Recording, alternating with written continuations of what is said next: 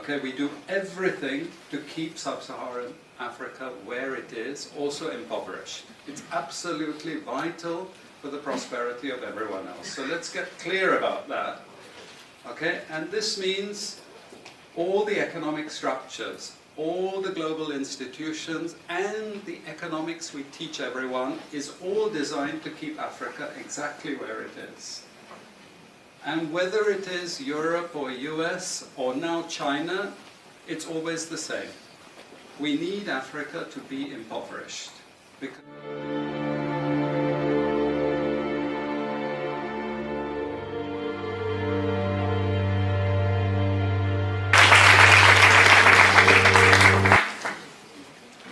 So I must thank the Critical Collective again for inviting me. I thought they never would after the last bad thing that I said. I must have upset lots of people, I'm sure. Every time I make a presentation I upset lots of people, but never the Critical Collective, so we must be thinking alike. I congratulate them, really. It's amazing to see so many people here. And I also congratulate scholars for linking again with Critical Collective. It's been some time. And I hope this partnership continues and flourishes, because this is just amazing to see the number of people. I have to apologize for two things. The first is, I have to apologize in advance. I'm not an expert on Africa. What I'm going to offer you, perhaps it's not enough, but it's some commonsensical observations. I hope it's common sense. But sometimes it's better not to be an expert, you know, to be able to see things from slightly afar. The second thing is, I'm wearing the wrong trousers. I was fixing my bike, so I wore my old trousers, and so please don't video this part, because my wife will immediately divorce me. Okay, so what I'm going to try and do is just give you some charts and a couple of tables, just to paint a little bit of a picture that you already know. Okay, so what this presentation is fundamentally designed to say is this. Africa, historically, sub-Saharan Africa, has been fundamental to the global prosperity of the advanced countries. Okay? And Africa had a role to play. It has a role as a raw material producer. We will not allow sub-Saharan Africa to escape that. Okay, we do everything to keep sub-Saharan Africa where it is, also impoverished. It's absolutely vital for the prosperity of everyone else. So let's get clear about that. Okay, and this means all the economic structures, all the global institutions, and the economics we teach everyone is all designed to keep Africa exactly where it is. And whether it is Europe or US or now China, it's always the same. We need Africa to be impoverished, because we need those raw materials and we need them dirt cheap. Okay, so that's the message. It doesn't mean to say that there's nothing Africans can do. Of course there is. Okay, but this is the opposition that they're fighting. This is what it's about. Because if Africa does do something different, I assure you living standards of all those in Europe and North America and Asia is going to fall. Okay? And that is a big price to pay. I assure you that the West is not going to allow that without a big fight. Okay, so this is what it's fundamentally about. What I want to show you is how these structures are operating. It's just 20 minutes, so we can't do very much, but just to give you a little bit of an idea. And why I keep the ideology part there is because we are part of the producers of ideology. At universities and academic institutions, we are complicit in this whole enterprise. Okay, so the job of many Western academics is to convince Africans they have to keep doing what they're doing. Okay, and to show them it's your fault that you're poor. It's not our fault. It's your fault that you're poor. You know, so This is what we do in academic institutions, and I want to show that as well. We just start. This is what it's basically about, so you know what it's about, but I want to just show you the extent to which Africa is specializing in the production of raw materials and basic agricultural goods. We know the basic forces that have caused this underdevelopment. We know it's colonization. I will not discuss that very much because my colleague speaker is going to go into some aspects of this.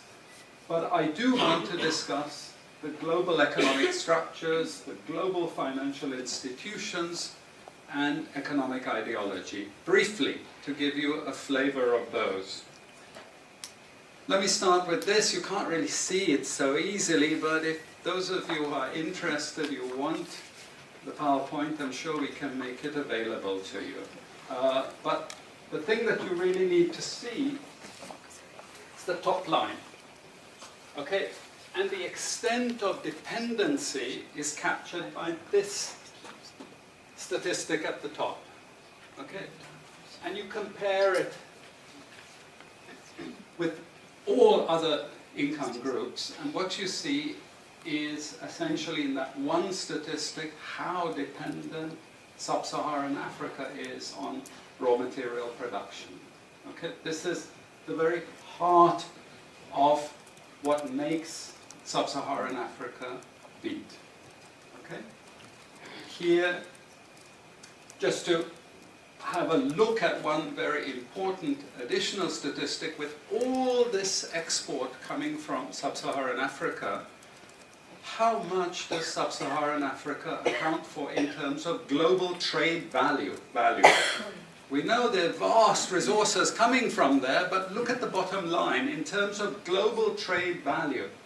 Look at that.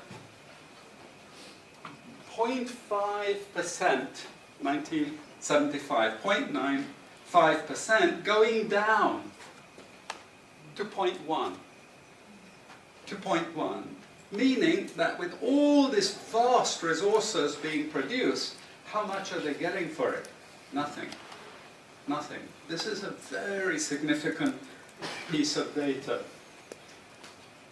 Then I just want to show you what has happened to sub-Saharan Africa, because what we know, and from all studies, no country ever develops without manufacturing.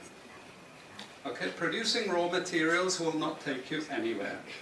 Producing basic agricultural goods will not take you anywhere. And let's have a look at how much manufacturing activity takes place in sub-Saharan Africa. We can look over the last 15 odd years, 15, 20 years. And we see manufacturing has actually declined as a percentage of the total. This is percentages of total production in sub-Saharan Africa. How much of it is accounted for by manufacturing? So this figure here is 17% of the total. Most of the rest, when we talk of industry, it includes manufacturing, but the bulk of it is mining. Okay? Raw material extraction. This is the bulk of it. And here we see actually raw material extraction has stayed the same. What has caused industry to fall is the fall in manufacturing production. This is deliberate because we will never, as Western economists, as Western policymakers, we cannot afford to allow Africa to industrialize and start producing manufactures. Okay, so we will do everything to stop that. And I'm going to show you how we actually block that. It's obvious in certain ways, but it's less obvious in other ways. Now, we have actually seen periods of rapid growth in sub-Saharan Africa, misleading people, saying, oh, you know, we're now doing much better. And this has happened recently. Recently, I've had students come and tell me, we've done much better now. And you can see growth rates rose quite sharply in recent times. now are starting to go again down. But if you look historically, the same thing happened earlier. Why? Because in these two periods, we had East Asian rapid industrialization processes. So in the earlier period, we had Japan and Korea and Taiwan. Okay, rapid growth, sucking in raw materials from Africa, driving up the prices, and then sub-Saharan African countries grew. Exporting raw materials, they grew. But after those countries finished industrialization, then sub-Saharan African growth rate again fell. Okay, but along comes China, next wave. Okay, again, sub-Saharan African growth rises, but now China is going down. As many of you now know from the press, China is going down. But sub-Saharan Africa is going down even faster. And we're going to go back to where we were again, with very low prices of raw materials, very low growth rates, and again, the sorts of poverty that we saw once before. Because, bottom line, sub-Saharan Africa is condemned to this role. Just the supplier of raw materials, not a manufacturer. Very recent data showing emerging markets that produce raw materials against emerging markets that produce manufactures. And you can see now with the weakness in the global economy, it's the emerging markets, that's the red line, it's those countries that are suffering the most, the emerging markets producing raw materials. They're suffering the most. And here it translates into their currencies being butchered. Okay? The currencies are collapsing of these countries, and many of them are sub-Saharan African countries. Some of them are Latin American countries, okay, who also rode that same wave. They thought that raw material production was going to save them. But now they're facing terrible problems. And I'm sorry to say, it's just going to get worse in the next 2 years. It's not going to get any better. And this is what it does in terms of gross domestic product. It's the blue line you should look at. It's the blue line compared with the red line. And what we know is that blue line is really going to go down sharply in the next 2 years. Okay, so relative to the rest of the world, sub-Saharan Africa is going to suffer. Again, why?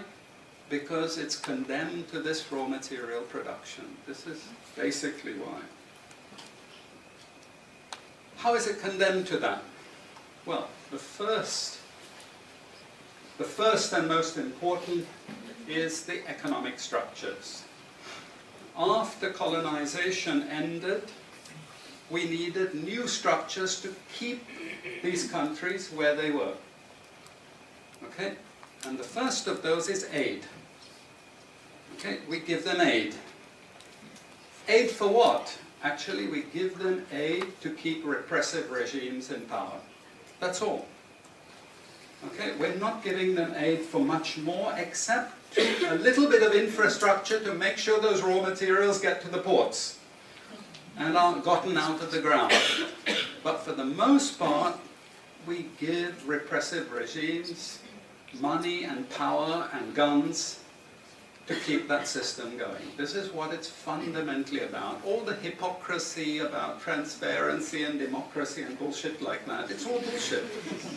You know? And at least the Chinese don't enter into that bullshit. They say, we don't care about the whole political environment, we just give the money.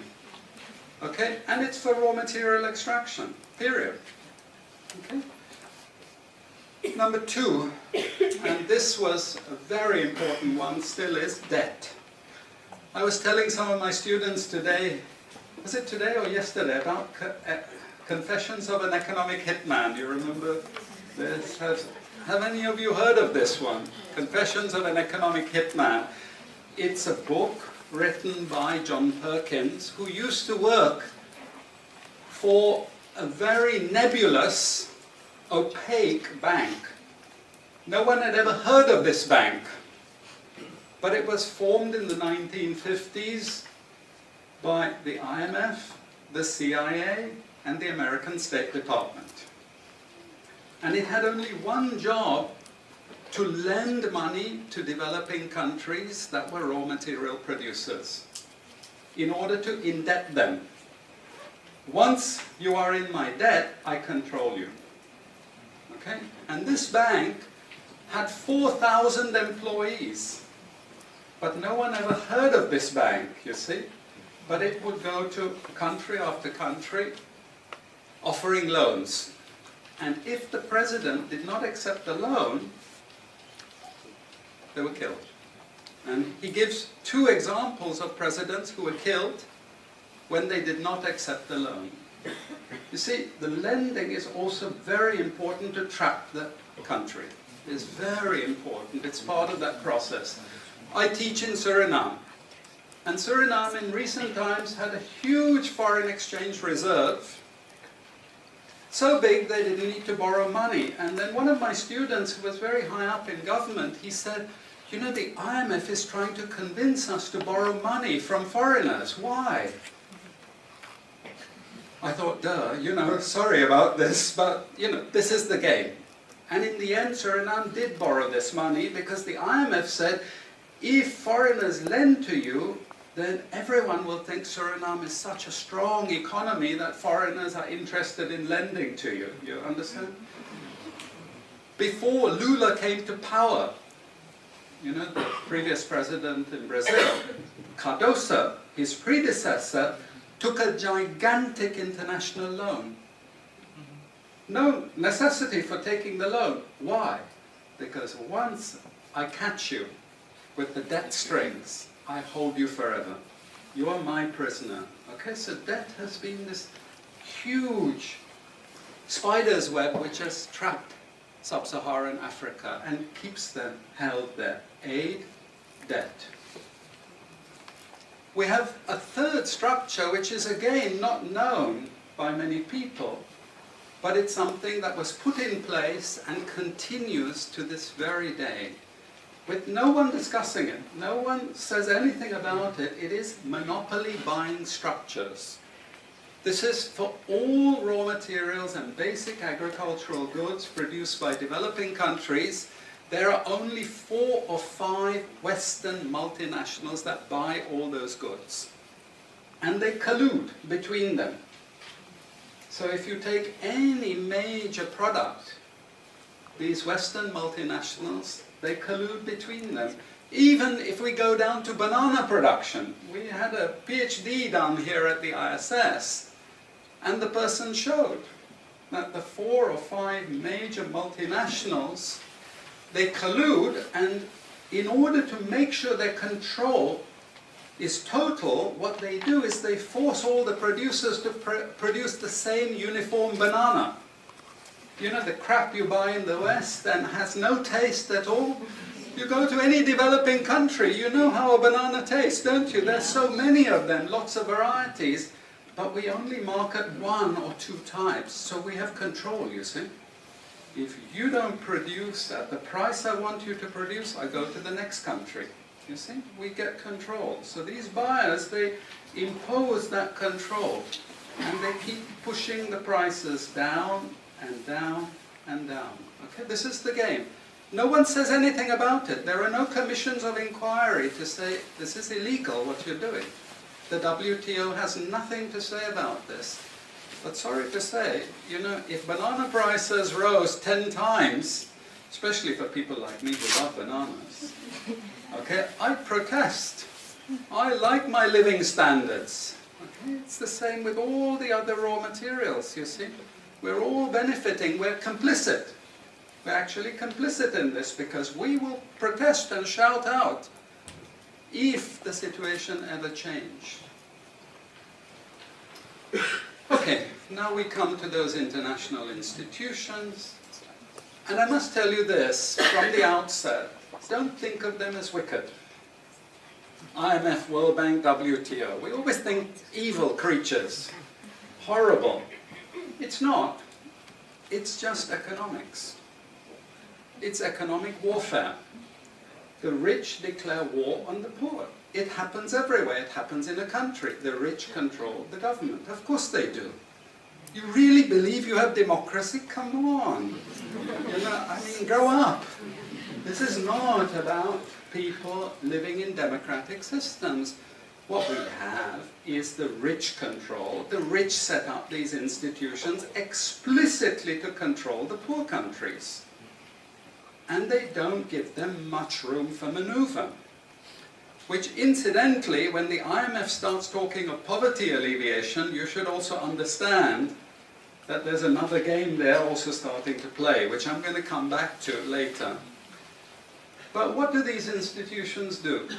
What does the IMF do? What is structural adjustment about? It's about making sure countries keep producing what we want them to produce. We make sure they have recurrent balance of payments problems. You notice these countries never get out of balance of payments problems. You notice that? Whereas countries that never took IMF support are always out of balance of payments problems. But the countries that are continuously getting advice and support by the IMF, they're always in balance of payments problems. Why? Because that's the way we keep our stranglehold on them. And that's what we have done. We have done, the IMF and the World Bank.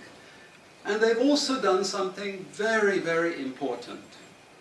And that is they have destroyed the self-sufficiency of these countries.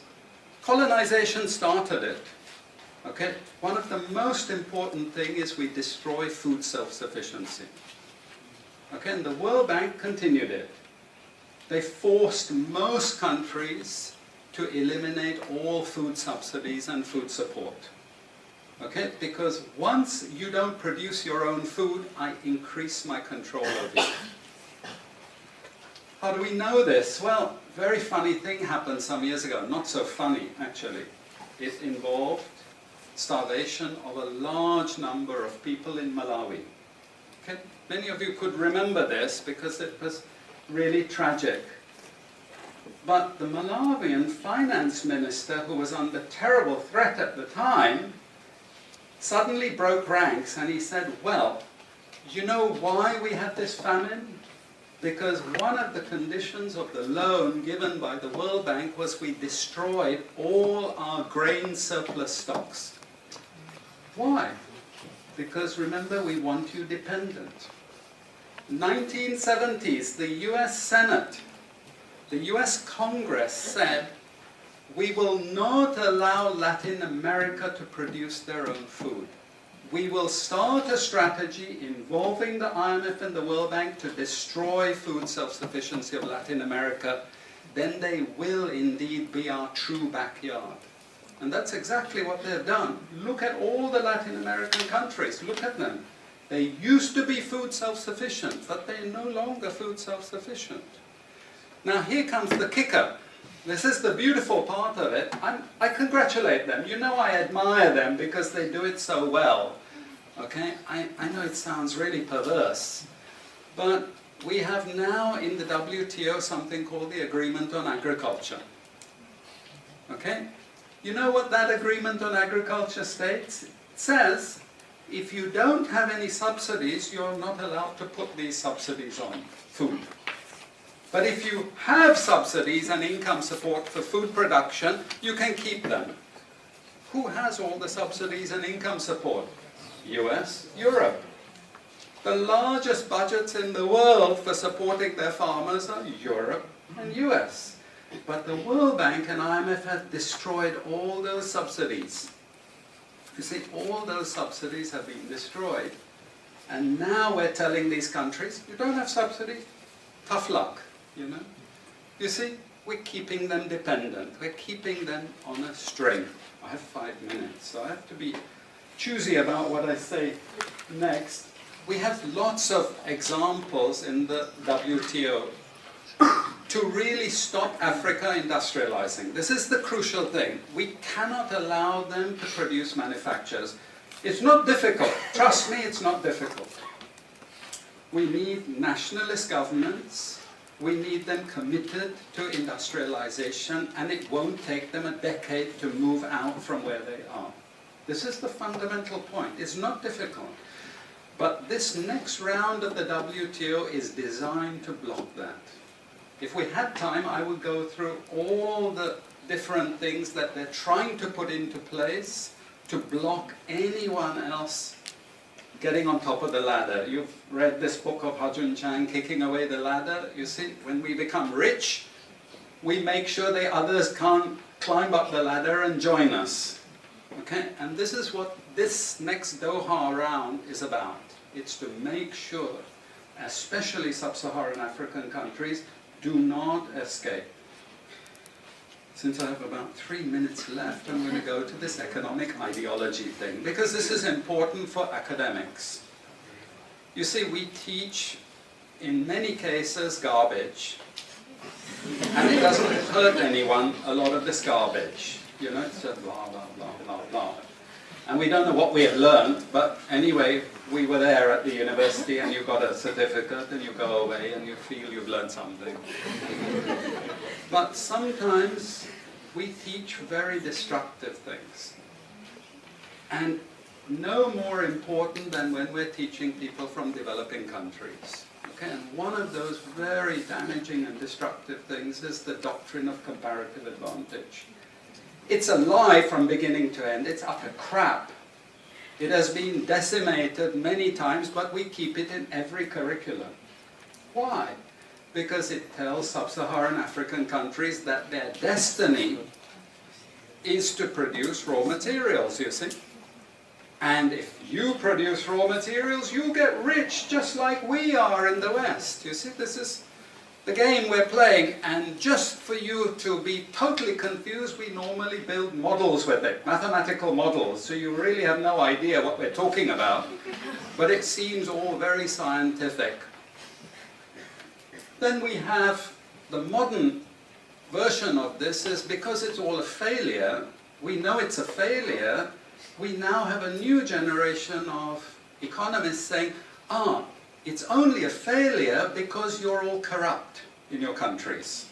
We call that new institutional economics. You've all probably learnt it all, but you didn't know why they invented it. It was invented to tell you the same thing. You should keep producing raw materials.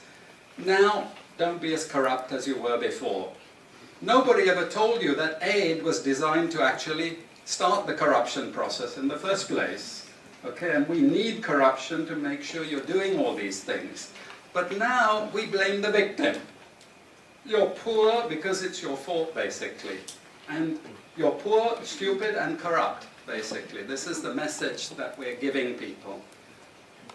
We also have many theoretical justifications, but I'm going to say something controversial to end. And she's happy that I'm ending because she has to discipline me. And that is, there are also what I call more enlightened approaches, but which are also potentially destructive for sub-Saharan African development. And this is where I come back to the IMF and the World Bank. You see, now they're all into poverty alleviation. They want you to concentrate on redistributing income, and it's something nice. You're young people, you're socially conscious, you're aware. You don't like all this injustice. So you gravitate towards what we call pro-poor strategies. But actually, I'm sorry to tell you, that is not what Africa needs. Africa needs aggressive industrialization. When China was a communist country and we had equal distribution, who feared China? Who took them seriously? They weren't even the size of the Netherlands. But today, I can't open an internet site, I can't open a magazine, I can't open a newspaper without China, China, China, China. And we know what has built China. It's not socialism or communism, it's capitalism, guys. It's manufacturing, it's production. This is what creates employment, this is what created jobs. I'm not pro-capitalist, but this is the reality, and unfortunately, we're now going to get caught with the good cop, bad cop. The good cop is now IMF saying, oh, you must concentrate on poverty reduction and income redistribution, as long as we can take you away from industrialization. This is the crucial thing, you know. I leave it at that. And I'm sorry I took so much.